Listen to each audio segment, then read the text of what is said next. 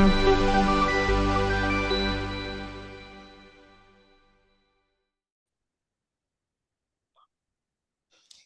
everyone, and welcome to the Great Awakening podcast. I'm your host, Gisele Brunn, and today's special guest is Steve Nobel, author, healer, entrepreneur, and founder of the Soul Matrix. Welcome, Steve. Gisele, thanks for having me. Lovely to meet you. It's Finally. Yes, indeed. It's such a pleasure to have you on. You have such a wealth of knowledge and wisdom to impart to our communities, and it's such a privilege to have you here with us today. Um, I would really be grateful, and I know my audience would be grateful to know a little bit about you, your story, how you became a healer, how you created the Soul Matrix, what your services are. So born in London in late 50s, parents were products of, children in World War II, they were evacuated. So they had fairly conservative views, um, they weren't really spiritual. So I wasn't growing up in a spiritual family. They're pretty working class. I started getting very, very interested in spirituality, particularly as a teenager, which wasn't really encouraged. It was probably discouraged, I would think. And then when my father passed in 1991, that broke the spell of I can now go off and explore, because up until that point, I didn't think I had permission in a way, strangely. And then I was off exploring. I found crystal healers, spiritual teachers, channels. It was just like this amazing, like, wow, we live, because when I was a kid, I used to love reading comics and superhero comics. And I thought, actually, we do live in a magical universe. That's really cool. So that was the journey of opening that up. I got involved in a spiritual organization in London. I became a director of it for 13 years. I started training in all kinds of weird and wacky things. So really, my journey's been really training in all kinds of metaphysical, magical, healing things. And then eventually, in 2010, I had a bit of a dark night of the soul, lasted 6 years, where I just kind of everything seemed to switch off. And when I came out of it, it was right. How do you synergize all this together, bring it all together into a new healing? At the beginning, it wasn't a healing method. In the beginning, it was transmissions. I was doing these transmissions and meditations. And then later, the guides were saying, do one-to-one sessions. And I was like, do what? And the message really was work it out. And I'm like, oh, okay. So really I had to quickly, it was a fast learning curve, how all of the things that really worked. And so for several years, it still grows, it's still changing and shifting, but I've created this method, which is based on metaphysical stuff and also practical stuff like coaching methodologies. Because some people just need something more practical to go through a problem, as well. So it's practical and energetic. So I created that. And now so YouTube channel has got about 167,000 people following me. I've written a few books. The latest one, which has just come out. Oh, good. You have it to show us. Well, there's Absolutely. a spiritual entrepreneur, which is Yes. that one. And then this Yes. one's just come out called Joy at Work, Yes. I love which the is around cover. It looks spirituality at really work. yogi. Thank you. Yeah, I helped design the cover actually, Oh, because the that's publisher perfect. didn't do a good job. So I asked them to redesign it. Good. Yeah, so that's really that. So here I am. Really, here I am in my mid 60s now. Just I filled myself up as far as I could go, and now I'm kind of giving back as much as I can to people who are behind on the path, who are younger, who are coming Yes. through the life, who want some guidance or resources, so that's what I'm doing, offering a whole library of free resources for people, clearing chakras, cutting cords, calling archangels, calling stellar races, calling on goddess energies, affirmation tracks, the whole lot, really. I'm doing Oh, it all. they're awesome. I'm going to put all your information on how they can contact you, where they can access all of your beautiful, beautiful resources in the description below.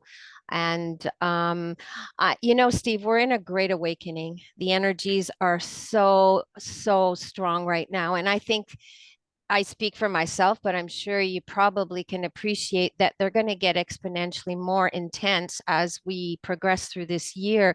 What's your take on the energies and how they're impacting us right now? So I think there was a real peak period between 2018, 19 to kind of end of last year now. This is a really peak intense period. I'm hoping that the intensity uh, in some levels, maybe the intensity for the planet itself won't drop, but the intensity for people going through the awakening process will get slightly easier as we've cleared out. As we've seen, the whole world went into lockdown and a very intense situation as resisting forces to the light began to, trigger their own agendas. And Mhm. that's been going on really for the last 20 years. 9/11 was one of those triggering agendas, like the light is growing, and so the dark has to be rising up and meeting it to be cleared. And then the last one, which I think was quite a serious one, putting the whole world in lockdown, is quite a serious thing, really. And Yes.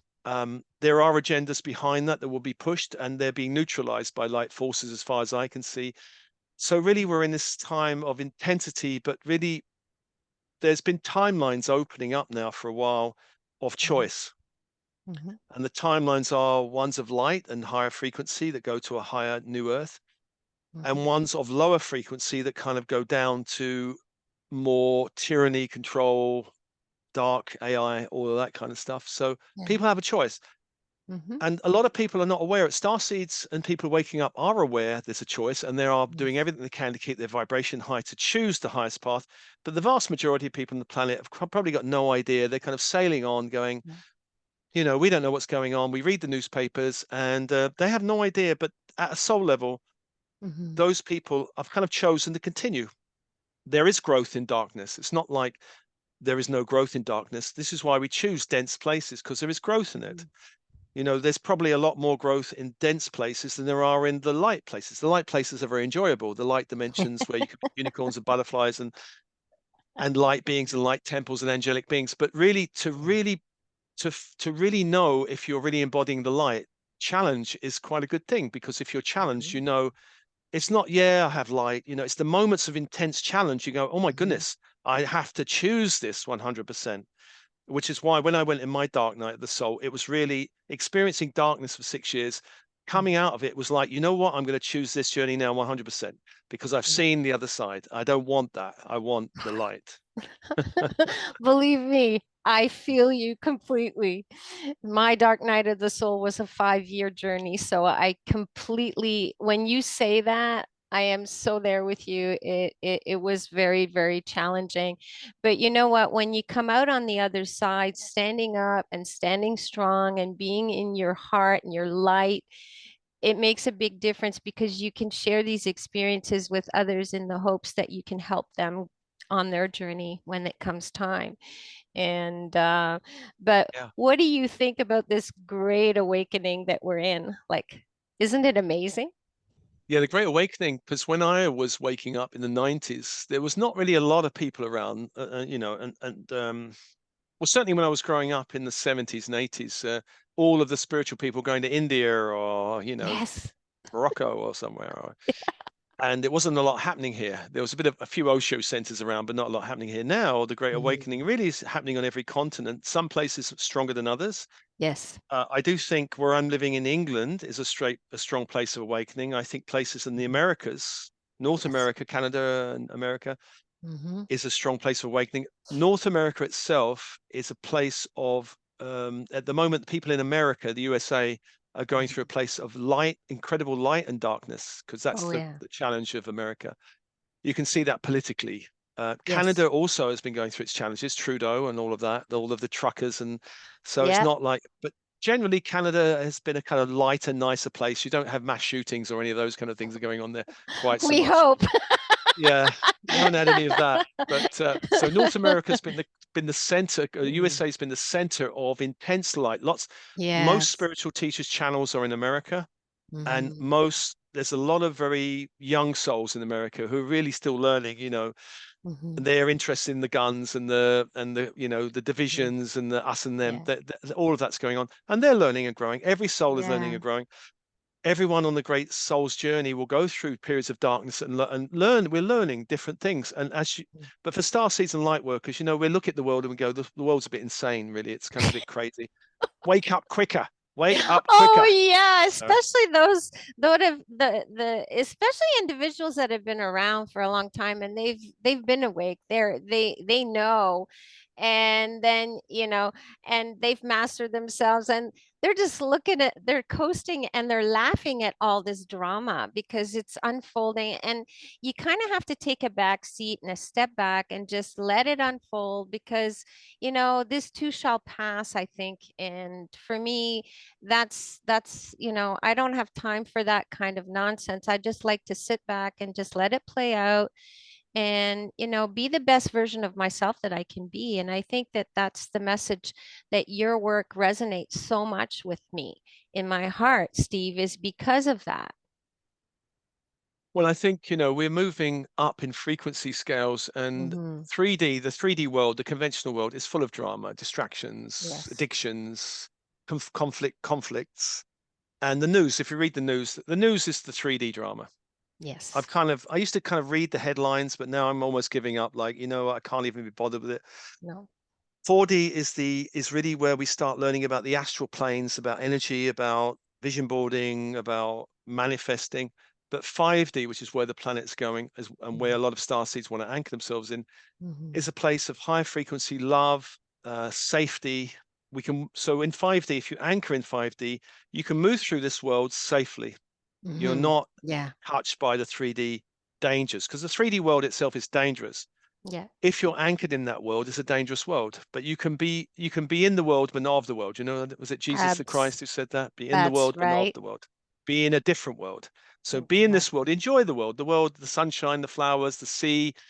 I live Hmm. right on the sea. It's been a reasonably nice day today. I do love being by the sea. I love nature. But the 3D dramas, which is really the human community, Hmm. and they're generating drama all the time. And there are a lot of 3D families that starseeds are born in that generate drama ongoingly. And we Oh. have to kind of separate from it. Hmm. I call some of my lovely 3D family, who I love dearly, but they're in drama. They have Yeah. dramas. It's one drama after another. And I just have Hmm. to politely breathe and go, okay, I have to go now. And I'll see you soon. Completely relate to that. One of my dear friends, who's been on the journey even longer than both of us, and she says, our greatest teachers, and she said Yeshua told her this. She said, our greatest teacher are the ones that are the most difficult to deal with in our lives. And I truly agree with that.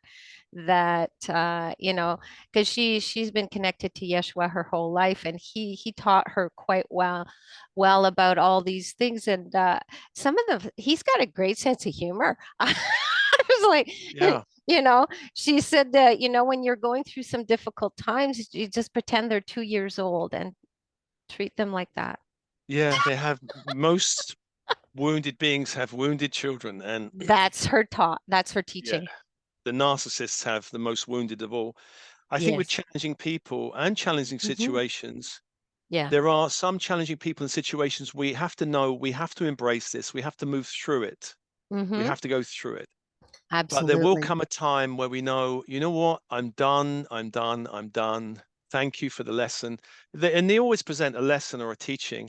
And when we Yes. recognize the lesson, recognize the teaching, embrace it, then the challenging person and situation can be released, let go. If we Yeah. haven't fully got it, then we go for another round, like boxing. Hmm. Round two, the bell goes and we go again. And we go, what is it I have to learn? Because everyone is a mirror. They're all pointing something back. And we have to Yeah. see, well, often very difficult situations or difficult people will mirror something that we don't like to see. And Yeah. it doesn't mean they're bad aspects of ourselves, but perhaps a common one for spiritual people is aggressive, um, aggressive people or situations. And Yeah. that's because often spiritual people deny their own natural aggression. And there's a natural aggression that we have to put up boundaries and say no. um, if we go too far in people pleasing or being too open to everything, then we need to learn that lesson of boundaries Yes. and natural aggression, which is no means no. Please Yes. don't bother me anymore. If we don't get that, if we're all pleasing, all nice to everyone, or if we're naively going through the world, actually the empaths who are the most naive going through the world, everything is a rainbow, everything is butterflies, eventually will hit a narcissist because they come in and Hmm. go, well, let me teach you something about that. Yeah. And yeah, Hmm. I've had two narcissists in my life, one romantic and one work related, and they both were very severe challenges, but they both woke me up. Yeah, Like, oh, right, cool. I I had a need to couple learn of something. those. Yeah. We learn from narcissists. They can be our greatest teachers for a time. Yes, We don't want them for too long, because if it's too long, they just start damaging our nervous systems, big um, time. Yeah, and almost the whole it face. affects the light within us. It dims it a little bit, and Yeah, it's not acceptable to the work that we came here to do either. You no, can be a doormat for a while, but if you don't learn from that, you're going to need to really, really create that fence. yeah. So yeah, they are beautiful gifts for a time, and then we bless them on their way. Absolutely. Totally agree on that. I have another question. Like during the epic times that we're going through right now, because it is challenging just to the 3D people and others as well. What would you advise people to do more of or less of? Uh, more,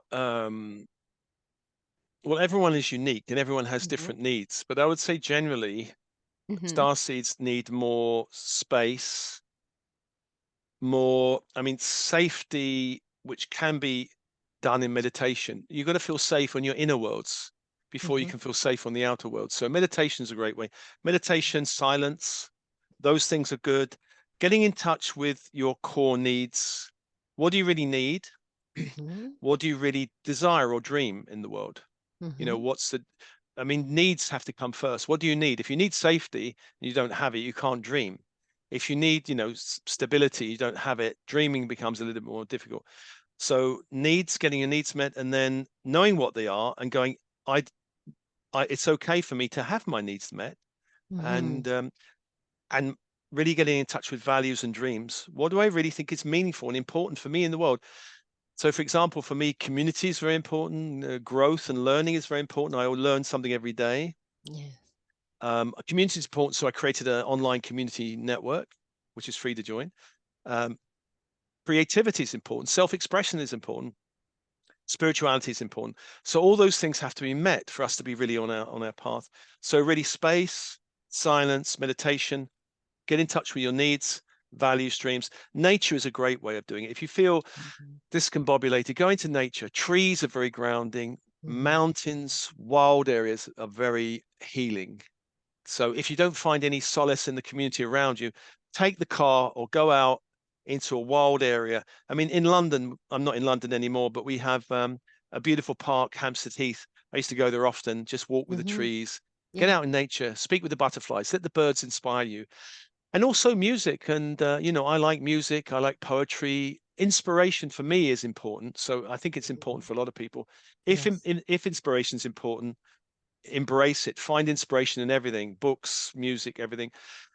A core value for a lot of starseeds is freedom, and they may not have it in their lives. They may have chosen circumstances where they're not free.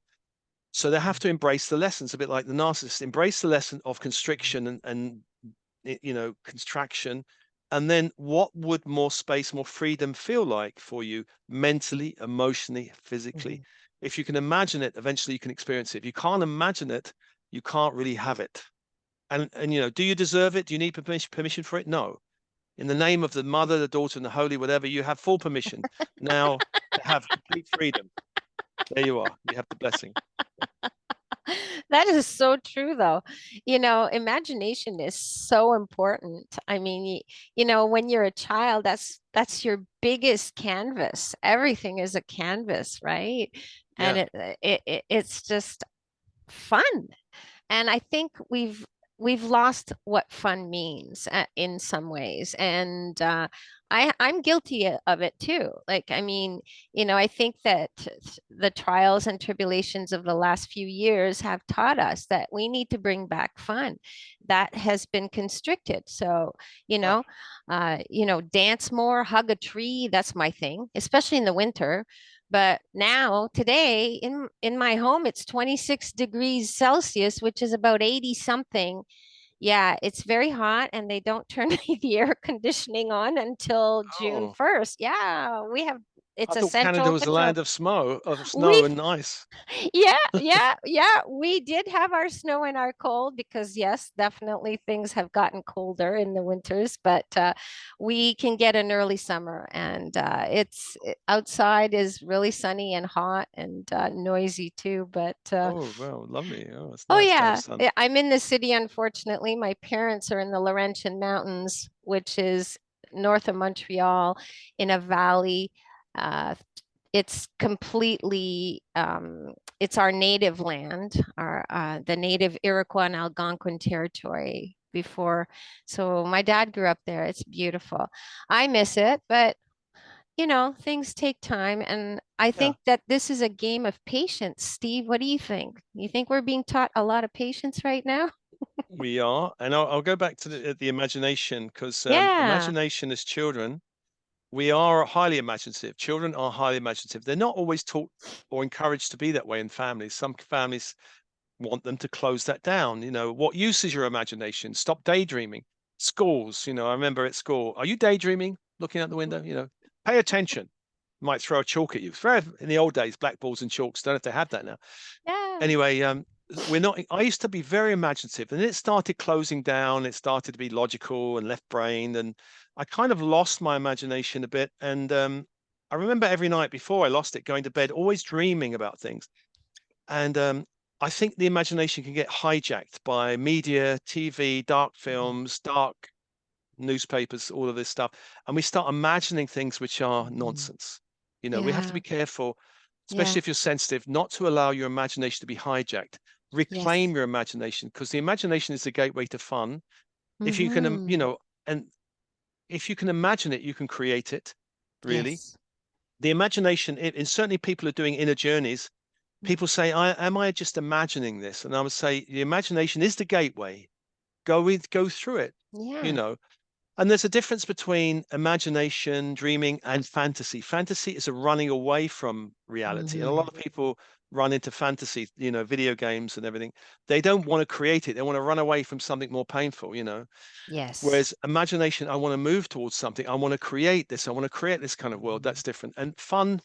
When I wrote that book, this book, Joy at Work, one of the chapters is called Play at Work. And I remember the publisher going, play at work? What do you mean? Explain yourself. Play at work. Isn't work serious? And there's a lot of research now that says actually, and a lot of the successful companies are now bringing more creative play in. They kind of Mhm. realize that it helps. Even the most creative companies or the big companies are doing very well. They need to spark the creativity of their people because it's the creative ideas that make money Yeah. these days. It's not mass production or mass the same old. So Mhm. yeah, it's creativity.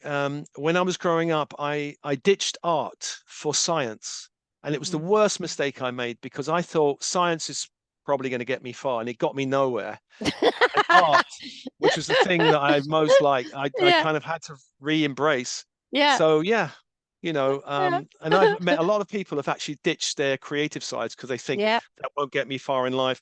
My father Hmm. said, get a proper job, which mean, Yeah. ditch this imagination, creativity thing, get Yeah. serious, Yeah. Yeah, get I boring. actually was pretty lucky with my parents, a very creative family. That I incarnated into. I mean, I do have my challenges, and we've all had our challenges, but very creative. And I remember my dad saying, because I went into graphic design way back Oh, in the right, right. 80s when everything was not digital, it was all manual. And I remember my dad saying, if if you when you love something, if you're passionate about something, money's not everything. And while your old man's paying, do it. You have a great dad. Oh yeah, he's amazing. It's his birthday on Tuesday, and yeah, he's What did just he do for a living? What was he my doing? father was an accountant. And for you to Number be a graphic artist, fabulous. the numbers, yeah, the numbers guy. My mother is a ceramist. She was a secretary.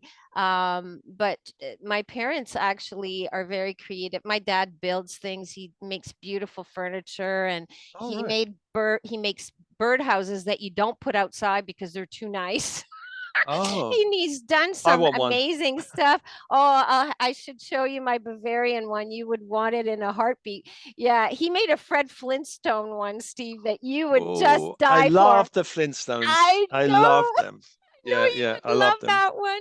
This was years ago, but I mean, he's a mold maker. They have a business right now where they make urns for pets, Oh, and yeah, this is what they do. But they're in a valley. It is so grounding to live there. It is so beautiful, and there's no noise, no light pollution. yeah. But on that note, Steve, we're running out of time, and I want to thank you ever so much for joining us today. And I'd love to have you back. Cool. If you would be so kind to come back and join us again, I would love that very, very Okay, much.